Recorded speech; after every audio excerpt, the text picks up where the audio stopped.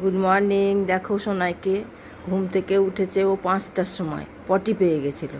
5টার সময় পটি করে দেখো আবার ঘুমাচ্ছে। আমি ডাকছি ওঠ রে, না উঠলে হবে?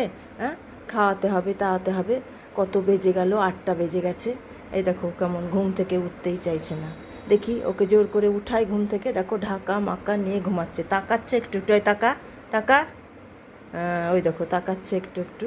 এবার ঘুম থেকে ওকে উঠাই, মুখ টুক ধুয়ে খাবার দিই, খাইয়ে দাইয়ে দেখি।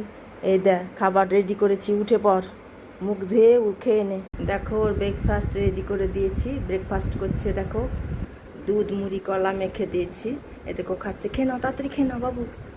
আজকে নিজে খাচ্ছে দেখছি, আবার একটু পরে হয়তো ছেড়ে ছুড়ে উঠে যাবে। দেখো খেয়ে নিচ্ছি। মুখ টুক ধুইয়ে দিয়ে বসিয়ে দিয়েছি যে ব্রেকফাস্টটা কর। ব্রেকফাস্টটা দিয়ে আমি চলে যাব চান করতে, আমার এখনও চান হয়নি। ঠিক আছে, দেখে নিলা তোমাদের সোনা পাপাকে।